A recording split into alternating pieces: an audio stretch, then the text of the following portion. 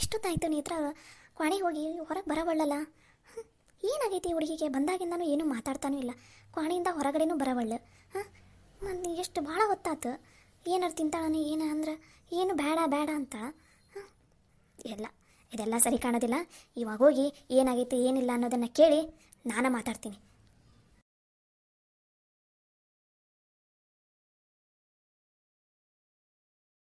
ನೇತ್ರವ, ನೇತ್ರವ, ಅಯ್ಯಯ್ಯ, ಇಷ್ಟು ಕರೆಯಾಕೊಂತ್ರೂ ಕೆಲಸ ಬಂದಲ್ಲ. ಹ್ಞೂ, ನೇತ್ರವ, ಏನಾಗೈತಿ ನಿನಗೆ? ಹಗಲಿಂದ ಎಷ್ಟು ಕರೆಯಾಕೊಂತೀನಿ, ಕೇಳಿಸ್ವಲ್ದನೆ ನಿನಗೆ? ಅದು ಅದೇ ಅಮ್ಮ, ಅದು ಏನೋ ಯೋಚನೆ ಮಾಡ್ಕೊತ ಕುಂತಿದ್ದೆಲ್ಲ, ಹಾಗಾಗಿ ನೀವು ಕರೆದಿದ್ದೆ ನಂಗೆ ಕೇಳಿಸಿಲ್ಲ. ಯಾಕೆ ಬೇಮ್ಮ, ಏನಾರು ಬೇಕಿತ್ತಾ? ಹಾಂ, ಯಾಕೆ ನೇತ್ರವ, ಏನಾಗೈತಿ ನಿನಗೆ? ಹಾಂ, ಬಂದಾಗಿಂದನೂ ಒಂದು ಮಾತು ಮಾತಾಡವಲ್ಲಿ ನೀನು. ಹಾಂ, ನನ್ನ ಜೊತೆ ಇದ್ದಾಗ ಒಂದು ಸಮನ ಮಾತಾಡ್ತಾನೆ ಇರ್ತಿದ್ದಿ. ಹಾಂ, ಅದು ಹಂಗಾಯ್ತಮ್ಮ ಹಿಂಗಾಯ್ತಮ್ಮ ಅದೇಯಮ್ಮ ಇದೆಯಮ್ಮ ಅಂತಂದು.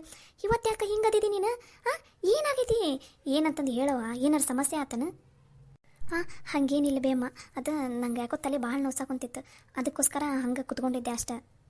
ಬಾ, ಹಂಗಾರ ಡಾಕ್ಟರ್ ಹತ್ರ ಕರ್ಕೊಂಡು ಹೋಗ್ತೀನಿ, ತೋರಿಸ್ಕೊಂಬರೋಣ ಬಾ. ಅವರು ಚುಜಿಯಾರ ಚುಚ್ಚಿತಾರ ಇಲ್ಲ ಗುಳಿಗಿನಾರ ಕೊಡ್ತಾರ, ತೊಗೊಂಡ್ರೆ ಆರಾಮಾಕೈತಿ. ಬಾ, ಹೋಗೊಂಬ ಲಗುನ, ಬಾ, ಎದ್ದು ಬಾ ನೀನು. ಹ್ಞೂ, ಬೇಡ ಬೇಮ್ಮ, ಡಾಕ್ಟ್ರ್ ಹತ್ರ ಏನು ಹೋಗೋದು ಬೇಡ. ಒಂದು ಸ್ವಲ್ಪ ರೆಸ್ಟ್ ಮಾಡಿದೆ ಅಂದ್ರೆ ತಾನೇ ಆರಾಮಾಗತ್ತೆ. ನೇತ್ರವ, ಏನಾತು ಹೇಳಬೇ ನಿನಗೆ? ಎದಕ್ಕೆ ಹಿಂಗೆ ಮುಖ ಈಟ ಮಾಡ್ಕೊಂಡಿಯಲ್ಲ? ಯಾಕೆ ನನ್ನ ಹತ್ರ ಹೇಳಕ್ಕೆ ನಿನಗೆ ಮನಸ್ಸಿಲ್ಲನ? ಹಾಂ, ಯಾಕೆ? ಹಾಂ, ಹೇಳವ, ಏನಾತಂತಂದು? ಏನೂ ಇಲ್ಲ ಬೇಯಮ್ಮ, ಅದ ಹೇಳಿದೆಲ್ಲ ತಲೆ ನೋಸಾಕೊಂತೈತಂತಂದು ಅಷ್ಟೇ. ನೋಡಿ ನೇತ್ರವ, ನನ್ನನ್ನು ನಿನ್ನ ಸ್ವಂತ ಅಮ್ಮ ಅಂತಾನೆ ಅಂದ್ಕೊಂಡಿದ್ದೆ ಅಂದ್ರೆ ನನ್ನ ಹತ್ರ ನೀನು ಈಗ ಹೇಳ್ತಿದ್ದಿ. ಇಲ್ಲ ಹಂಗೆ ಬಾಯಿ ಮಾತಿಗಷ್ಟ ನನ್ನ ಯಮ್ಮ ಯಮ್ಮ ಅಂತ ಕರಿತೀಯ ಅನ್ನಂಗಿದ್ರೆ ನೀನೇನು ಹೇಳಕ್ಕೋಬೇಡ, ನಿನ್ನಿಷ್ಟವ. ಯಾಕೆ ಬೇಯಮ್ಮ ಹಂಗೆ ಮಾತಾಡ್ತಿದ್ದಿ? ನಾನು ನಿನ್ನನ್ನು ಮನಸಾರೆ ಅಮ್ಮ ಅಂತಾನೆ, ನನಗೆ ಸ್ವಂತ ಅಮ್ಮ ಅಂತಾನೆ ಅಂದ್ಕೊಂಡಿನಿ ನಾನು. ನೀ ಹಿಂಗೆಲ್ಲ ಮಾತಾಡೋಕೆ ಹೋಗ್ಬೇಡ ಬೇಯಮ್ಮ. ಮತ್ತು ಏನಾತಂತ ಹೇಳವ? ಹಾಂ, ಮನಸ್ಸಿನಾಗಿರೋ ನೋವನ್ನು ಇನ್ನೊಬ್ರ ಹತ್ರ ಹೇಳ್ಕೊಂಡ್ರೆ ಕಮ್ಮಿ ಆಕೈತದ ಅಂತಾರೆ. ಅದಕ್ಕೆ ಹೇಳವ, ಏನಾತಂತಂದು? ಅದೇ ಅಮ್ಮ. ಅಯ್ಯೋ ಹಣೆ ಹಣೆ ಬಾರ, ಏನಯ್ಯವ್ವ ಇದು ಇಷ್ಟೆಲ್ಲ ನಡೆದೈತಿ ನೀನು? ಹಾಂ, ಬಂದಾಗಿಂದ ನೀನು ಒಬ್ಬಕ್ಕೆ ನೋವು ನುಂಕೊಂಡು ನನ್ನ ಹತ್ರ ಏನು ಹೇಳಲಾರ್ದಂಗೆ ಸುಮ್ಮನೆ ಅದೆಯಲ್ಲ ನೇತ್ರವ ನೀನು. ಹಾಂ, ನೀನೇನು ಬೇಜಾರಾಗಬೇಡ ನೇತ್ರವ, ನಾನು ಸಾಗರಪ್ಪರ ಹತ್ರ ಮಾತಾಡ್ತೀನಿ. ಎದಕ್ಕೆ ನಿನಗೆ ಹೊಡೆದ್ರೆ ಏನು? ಹಾಂ, ಅಷ್ಟೆಲ್ಲ ನೇತ್ರವ ಏನು ತಪ್ಪು ಮಾಡ್ಯಾಳ ಅಂತ ನೀ ಕೈ ಮಾಡಿದಿ ಹಾಂ ಅಂತ ನಾ ಕೇಳ್ತೀನವ. ನೀ ಸುಮ್ಮನೆ ನೀಲೇ ಕೂತ್ಕೋ, ನಾವು ಫೋನ್ ಹಚ್ಚಿ ಮಾತಾಡ್ಕೊಂಬರ್ತೀನಿ ಸರಿಯಾಗಿ. ಹಾಂ, ಬೇಡಮ್ಮ ಬೇಡ, ಯಾರೂ ಮಾತಾಡೋದು ಬೇಡ ಅವ್ರ ಹತ್ರ. ಪ್ಲೀಸ್ ನಿಮ್ಮ ಕೈ ಮುಗಿತೀನಿ ಅಮ್ಮ, ಏನೂ ಮಾತಾಡೋದು ಬೇಡ ಅವ್ರ ಹತ್ರ. ಅಲ್ಲ ನೇತ್ರವ, ಹಾಂ, ಕಟ್ಕೊಂಡು ಹೆಂಡ್ತಿನ ಮೊದಲು ನಂಬಬಿಟ್ಟು ನಿನ್ನ ಮೇಲೆನ ಕೈ ಮಾಡೋಣಲ್ಲ, ಅದು ಹೆಂಗೆ ಸರಿ ಅನ್ನಿಸ್ತೈತೆ? ನೀನೇ ಹೇಳು, ನೀನೇನಾರು ತಪ್ಪು ಮಾಡೋಕೆ ಹೋಗಿದ್ದೇನೆ? ಹಾಂ, ಅವ್ರ ಅಕ್ಕಂದು ಬಾಳೆಯನ್ನು ಸರಿ ಮಾಡೋಕ್ಕಂತ ಹೋದಿಲ್ಲ ನೀನು ಹೋಗಿದ್ದು, ಅಷ್ಟೆಲ್ಲ ಹೋರಾಟ ಮಾಡಿದ್ದು ಅಂದಮೇಲೆ ಅಷ್ಟನ್ನು ಅರ್ಥ ಮಾಡ್ಕೊಳ್ಳಿಲ್ಲ ಅಂದರೆ ಹೆಂಗೆ ಹೇಳು? ಹಾಂ, ಗಂಡಾಗಿ ಹೆಂಡ್ತಿನ ಅರ್ಥ ಮಾಡ್ಕೊಳ್ಳೋದಂದ್ರೆ ಇದಾನೆ? ಹಾಂ, ಅದನ್ನು ಶಾಲೆ ಕಲ್ತಾನಿಲ್ಲ ಇನ್ನು, ನಾನರಿನ ಶಾಲೆ ಕಲ್ತಿಲ್ಲ ಏನಿಲ್ಲ. ಹಾಂ, ತಾನು ಶಾಲೆ ಕಲ್ತಾನಿಲ್ಲ. ಹಾಂ, 10 ಜನಕ್ಕೆ 100 ಜನಕ್ಕೆ ಕೆಲಸ ಕೊಟ್ಟಾನ. ಹಾಂ, 1000 ಮಂದಿ ಜೊತೆ ಇರ್ತಾನೆ. ಹಾಂ ಹಾಂ, ಎಲ್ಲ ಜೊತೆ ಒಡನಾಟ ನಡೆಸಿರ್ತಾನೆ. ಯಾರು ಹೆಂಗೆ ಏನು ಅನ್ನೋದು ಒಂದು ಸ್ವಲ್ಪನೂ ತಿಳುವಳಿಕಿಲ್ಲನ ಆತಗೆ? ಹಾಂ, ನೋಡವ ನೇತ್ರವ, ನನಗಂತೂ ಇದು ಸರಿ ಕಾಣವಲ್ದು. ನೀನು ಸುಮ್ಮನೆ ಇರು, ನಿನಗಂತೂ ಬುದ್ಧಿಲ್ಲ, ಸುಮ್ಮನೆ ಇದ್ದಿದ್ದಿ. ನಾನು ಮಾತಾಡ್ತೀನಿ, ಸುಮ್ಮನೆ ಇರು. ಯಾಕೆ ನೀನೇನು ಹಂಗೆ ಬಿಟ್ಟಿದ್ದೇನೆ? ಹಂಗೆ ಕಪಾಳ ಹೊಡ್ಯಾಕ? ಹೆಂಡತಿ ಅಂದ್ರೆ ಏನು ಹೊಡೆದ ತಕ್ಷಣ ಹೊಡೆಸ್ಕೊಳ್ಳೋ ಅಂತ ಒಂದು ಮಷೀನ್ ಅಂತ ಅನ್ಕೊಂಡ? ನಾ ಮಾತಾಡ್ತೀನಿ ಇವತ್ತು. ಇನ್ನೊಂದು ಸಲ ನಿನ್ನ ಹತ್ರ ಕೈ ಎತ್ತ ಇರಬಾರ್ದು, ಹಂಗೆ ಮಾಡ್ತೀನಿ ನೋಡ್ತಿರು. ಯಮ್ಮ ಪ್ಲೀಸ್ ಬೇಯಮ್ಮ, ನೀ ಹಾಗೆಲ್ಲ ಮಾತಾಡೋಕೋಬೇಡ್ಬೆ. ನೀ ಹಿಂಗೆ ಮಾತಾಡ್ತಿ ಅಂತ ನಾನು ನಿನ್ನ ಹತ್ರ ಏನೂ ಹೇಳಲ್ಲ ಅಂತ ಅಂದಿದ್ದು. ನೀನು ಒತ್ತಾಯ ಮಾಡಿ ಮಾಡಿ ಕೇಳಿದೆ. ನೀನೇನಾರು ಇವಾಗ ಅವ್ರಿಗೆ ಏನಾರು ಫೋನ್ ಹಚ್ಚಿ ಮಾತಾಡ್ತೀನಿ ಹಂಗೆ ಹಿಂಗಂದ್ರೆ ನಾ ಇಲ್ಲಿಂದ ಹೋಗ್ಬಿಡ್ತೀನಿ ಅಷ್ಟೆ. ಯಾಕೆ ನೇತ್ರವ ಹಿಂಗೆ ಮಾತಾಡಕ್ಕೆ ಕುಂತಿದ್ದಿ? ಸರಿ ಆತು ಬಿಡವ, ನಿನ್ನ ಗಂಡಗೆ ಫೋನ್ ಹಚ್ಚಬಾರ್ದಿಲ್ಲ, ಆತಗೆ ಫೋನ್ ಹಚ್ಚಂಗಿಲ್ಲ ಅಲ್ಲವ. ನಿನ್ನ ತವ್ರ ಮನೆಯಾಗಾರ ಹೇಳಿಲ್ಲ ಹಿಂಗೆಲ್ಲ ನಡೆದೈತಂತಂದು? ಅಲ್ಲ ನೀನು ಮತ್ತು ಇಷ್ಟೆಲ್ಲ ನಡೆದೈತಂತಂದಮೇಲೆ ನೀ ತವ್ರ ಮನೆಗೂ ಹೋಗ್ಬೋದಿತ್ತು. ಯಾಕವ್ವ ತವ್ರ ಮನೆಗೆ ಎದಕ್ಕೆ ಹೋಗಲಿಲ್ಲ ನೀನು?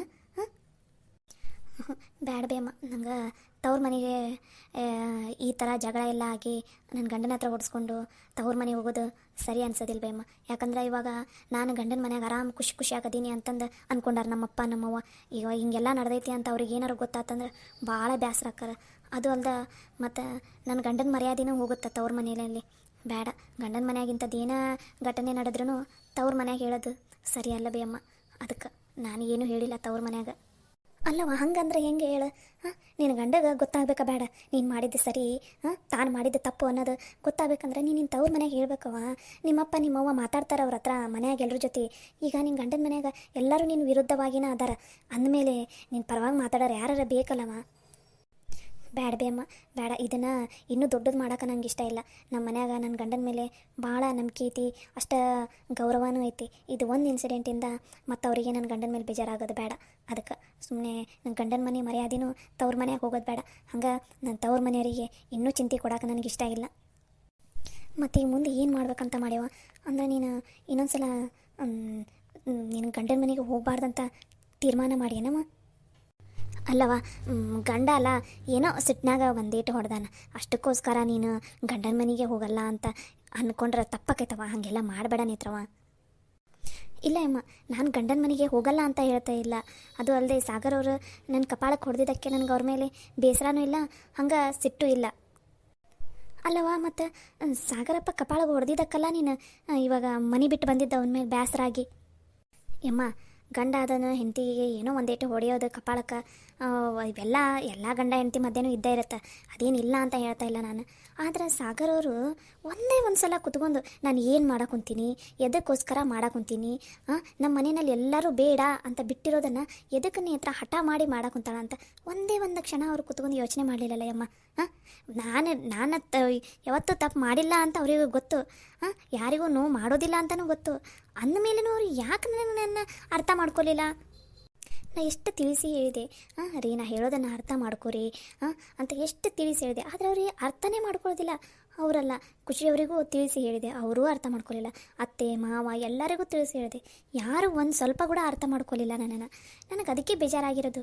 ಮನೆ ಅಂತಾದ್ಮೇಲೆ ಒಬ್ರಿಗೊಬ್ಬರು ಅರ್ಥ ಮಾಡ್ಕೊಂಡ್ರೆ ತಾನೇ ಮನೆಯಲ್ಲಿರೋದಕ್ಕೆ ಮನಸ್ಸು ಬರೋದು. ಅವರೆಲ್ಲ ಒಂದು ಕಡೆಯಾಗಿ ನನ್ನನ್ನೇ ಒಬ್ಬಳನ್ನು ಮಾಡಿಬಿಟ್ರು. ಹೊರಗಿನಕ್ಕೆ ಬಂದವ್ರ ಥರ. ಅಂದರೆ ಸೊಸೆಯಾಗಿ ಮನೆಗೆ ಹೋದ್ಮೇಲೆ ನಾವು ಹೊರಗಿನವ್ರೇನಾ? ಹೇಳಮ್ಮ ನೀನು. ಇಲ್ಲವ, ಮನೆ ಸೊಸೆನೂ ಆ ಮನೆ ಮಗಳಾಗಿರ್ತಾಳೆ. ಸೊಸೆನೂ ಅರ್ಥ ಮಾಡ್ಕೋಬೇಕಾಗಿರೋದು ಅವ್ರ ಧರ್ಮ. ಇದರಲ್ಲಿ ಅವ್ರದ್ದ ತಪ್ಪಿರೋದು, ನಿಂದೇನೂ ತಪ್ಪಿಲ್ಲವ. ಹಂಗಂತಂದು ಇವಾಗ ನೀನು ಇಲ್ಲೇ ಬಂದು ಕೂತ್ಕೊಂಡ್ರೆ ಅವರೆಲ್ಲ ಇನ್ನು ನಿನ್ನೇನು ಹುಡ್ಕ ಕುಂತಾರ, ಏನು ಮಾಡಕ್ಕೆ ಕುಂತಾರಲ್ಲವ. ಅದಕ್ಕೆ ಮನೆಯವರಿಗೆ ಯಾರಿಗಾರ ಫೋನ್ ಹಚ್ಚಿ ಮಾತಾಡಲ್ಲ ನಾನು. ಬೇಕಾದ್ರೆ ಇವ್ರಿಗೆ ಬೇಡ, ನಿಮ್ಮ ತವ್ರ ಮನೆಯವ್ರ ಜೊತೆ ಏನಾರ ಮಾತಾಡಲ್ಲ ನಾನು. ಯಮ್ಮ, ನಾನು ಎಷ್ಟು ಆಸೆ ಪಟ್ಟು ಖುಷಿಯವ್ರನ್ನ, ಆಮೇಲೆ ಶಶಿರವ್ರನ್ನ, ಚಿನ್ನಿನ ಒಂದು ಮಾಡೋಣ ಅಂತ ಎಷ್ಟೆಲ್ಲ ಆಸೆ ಪಟ್ಟಿದ್ದೆ ನಾನು. ಆದರೆ ಅದು ಯಾವುದು ಈಡೇರೋ ಹಾಗೆ ಕಾಣಿಸ್ತಾನೆ ಇಲ್ಲ. ನಾನು ಇಷ್ಟೆಲ್ಲ ಕಷ್ಟಪಟ್ಟಿದ್ದು ಹೊಳೆನಲ್ಲಿ ಹುಣ್ಸೆಣ್ಣು ತೊಳ್ದಂಗೆ ಆಯಿತು, ಏನು ಯೂಸ್ ಇಲ್ದಂಗೆ ಆಯಿತು. ಅದೇ ನನಗೆ ಬೇಜಾರಾಗ್ತಾಯಿರೋದು. ನಾನು ಚಿನ್ನಿಗೆ ಪ್ರಾಮಿಸ್ ಮಾಡಿದ್ದೆ, ನಿಮ್ಮ ಡ್ಯಾಡಿ ಮಮ್ಮಿನ ಒಂದು ಮಾಡ್ತೀನಿ, ನಿಮ್ಮ ಡ್ಯಾಡಿ ಜೊತೆ ನಿಮ್ಮ ಮಮ್ಮಿ ಜೊತೆ ಇಬ್ಬರು ಜೊತೆನೂ ಇರ್ಬೋದು ನೀನು ಅಂತ ನಾನು ಚಿನ್ನಿಗೆ ಪ್ರಾಮಿಸ್ ಮಾಡಿದ್ದೆ. ಇವಾಗ ಆ ಪ್ರಾಮಿಸನ್ನು ನನ್ನ ಕೈಯಲ್ಲಿ ಉಳಿಸ್ಕೊಳಕ್ಕಾಗಲಿಲ್ಲ ಅಲ್ಲ ಅನ್ನೋ ಬೇಜಾರು. ನಾನು ಇವಾಗ ಚಿನ್ನಿಗೆ ಹೆಂಗೆ ಮುಖ ತೋರಿಸ್ಲಿ ಹೇಳಿ ಅಮ್ಮ ನೀನು? ಆ ಹುಡುಗಿ ನನ್ನನ್ನು ಎಷ್ಟು ನಂಬಿತು ಗೊತ್ತಾ? ಇಲ್ಲ ನೇತ್ರಕ್ಕ, ನೀನು ನಮ್ಮನ್ನು ಒಂದು ಮಾಡ್ತೀಯ, ನೀನು ನಂಗೆ ನಂಬಿಕೆ ಇದೆ ಅಂತ ಎಷ್ಟು ನಂಬಿಕೆ ಇಟ್ಕೊಂಡಿತ್ತು. ಆ ಸಣ್ಣ ಹುಡುಗಿ ನಂಬಿಕೆನೇ ಉಳಿಸ್ಕೊಳಕ್ಕಾಗಲಿಲ್ಲ ನನಗೆ. ಅಂದಮೇಲೆ ನಾನು ಆ ಹುಡುಗಿಗೆ ಮುಖ ಹೆಂಗೆ ತೋರಿಸ್ಲಿ? ಆ ಹುಡುಗಿ ವಾಪಸ್ ಅಕ್ಕ, ಯಾಕಕ್ಕ ನಮ್ಮ ಮಮ್ಮಿ ಡ್ಯಾಡಿನ ನೀನು ಒಂದು ಮಾಡಲಿಲ್ಲ ಅಂತಂದ್ರೆ ನಾನು ಏನಂತ ಹೇಳಿ? ಆ ಹುಡುಗಿಗೂ ಅವ್ರ ತಂದೆ ಜೊತೆ ತಾಯಿ ಜೊತೆ ಇಬ್ಬರ ಜೊತೆ ಇರಬೇಕು ಅಂತ ಆಸೆ ಇರಲ್ವಾ ಅಮ್ಮ? ನೀವೇ ಹೇಳ್ರಿ. ಅಷ್ಟು ಸಣ್ಣ ಹುಡುಗಿದ ಮಾತನ್ನು ಉಳಿಸ್ಕೊಳಕ್ಕಾಗಲಿಲ್ಲ ನನಗದು ಭಾಳ ಬೇಜಾರಾಗ್ತಾ ಇರೋದು. ಅದು ಅಲ್ಲದೆ ಶಶಿರವ್ರಿಗೆ ಕೂಡ ನಾನು ಮಾತು ಕೊಟ್ಟಿದ್ದೆ, ಇಲ್ಲ ನಿಮ್ಮ ಮಗಳನ್ನ, ನಿಮ್ಮನ್ನು, ನಿಮ್ಮ ಹೆಂಡತಿನ ಒಂದು ಮಾಡ್ತೀನಿ ಅಂತ. ಅವರು ಕೂಡ ಎಷ್ಟು ಒಳ್ಳೆ ಮನುಷ್ಯರು ಗೊತ್ತಾ? ಅಂಥ ಒಳ್ಳೆ ಮನುಷ್ಯನ ಇವರು ಅರ್ಥ ಮಾಡ್ಕೊಳ್ಳಿಲ್ಲಲ್ಲ. ಒಳ್ಳೆಯವರನ್ನು ದೂರ ಇಟ್ಟು ಕೆಟ್ಟವರನ್ನ ಅಂತ ನಯನ ಅಂಥವ್ರನ್ನ ಕೆಟ್ಟವರನ್ನ ತಮ್ಮ ಜೊತೆ ಇಟ್ಕೊಂಡಿರ್ತಾರೆ. ಇದು ಯಾವ ಲೆಕ್ಕ ನೀವೇ ಹೇಳಿಯಮ್ಮ? ಒಂದೇ ಒಂದು ಸಲ ನನ್ನನ್ನು ಅರ್ಥ ಮಾಡ್ಕೊಳ್ಳಿಲ್ಲ ಅಂತ ಬಂಗಾರದಂಥ ಅಳಿಯನ್ನು ಮನೆಯಿಂದ ದೂರ ಮಾಡಿಕೊಂಡ್ರು. ಖುಷಿಯವರು ತಮ್ಮ ಜೀವನ ಹಾಳು ಮಾಡ್ಕೊಳ್ಳೋದಲ್ಲದೆ ಚಿನ್ನಿ ಜೀವನನೂ ಹಾಳು ಮಾಡ್ತಾಯಿದ್ದಾರೆ. ಇದನ್ನೆಲ್ಲ ನಾನು ಹೆಂಗೆ ಸರಿಪಡಿಸ್ಲಿ? ನನ್ನ ಶಕ್ತಿ ಮೀರಿ ನಾನು ಎಲ್ಲ ಪ್ರಯತ್ನ ಪಟ್ಟೆ, ಅಂದ್ರೂ ಅವರು ಒಂದಾಗೋದಕ್ಕಾಗಲಿಲ್ಲಲ್ಲಮ್ಮ.